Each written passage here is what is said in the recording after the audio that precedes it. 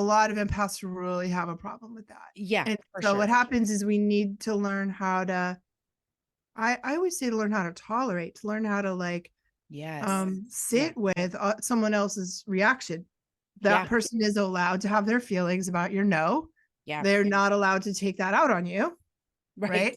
right? Or that's another boundary. Like Yes. you're not allowed to take that out of me. And eventually we learn that. So see, the thing that I think empaths don't know really is that empaths make boundaries make people feel safe.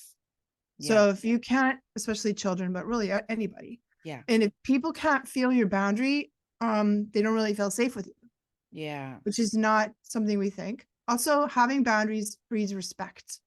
So Yeah. when we set clear boundaries, clear, kind, compassionate boundaries, people respect us Mhm. and we respect other people. It's mutual respect. Yeah.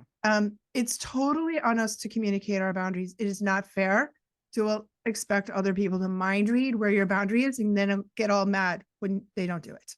You Right. know, so your boundary, and this is where I found like freedom, empowerment, and self mastery as a sensitive was taking full 100% responsibility for Yeah. my boundaries, for my not only having them but communicating them.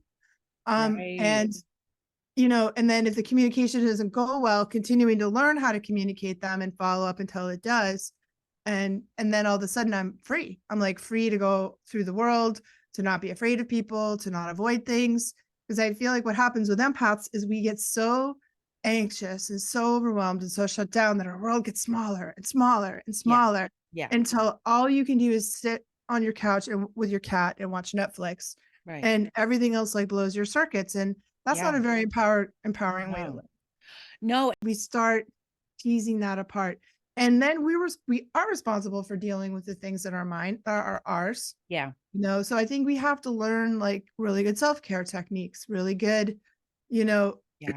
listening skills, really powerful ways to express our own and healthy ways to express our own emotional life, which is usually quite rich and we're quite emotional people and we need like Yeah. beautiful, healthy daily practices of expressing our emotions, like journaling or meditating Yeah. or, I don't know, all the different ways you can do that. So Yes. any point in part, I always recommend people do something I call the resentment inventory, Okay. where you where you write down everything in your life that you're resentful about and take that as a sign that it's time to renegotiate your boundaries in that area of your life. Yeah. Yeah. Um, Sometimes we have nightmares about people who are Yeah. energy vampires. So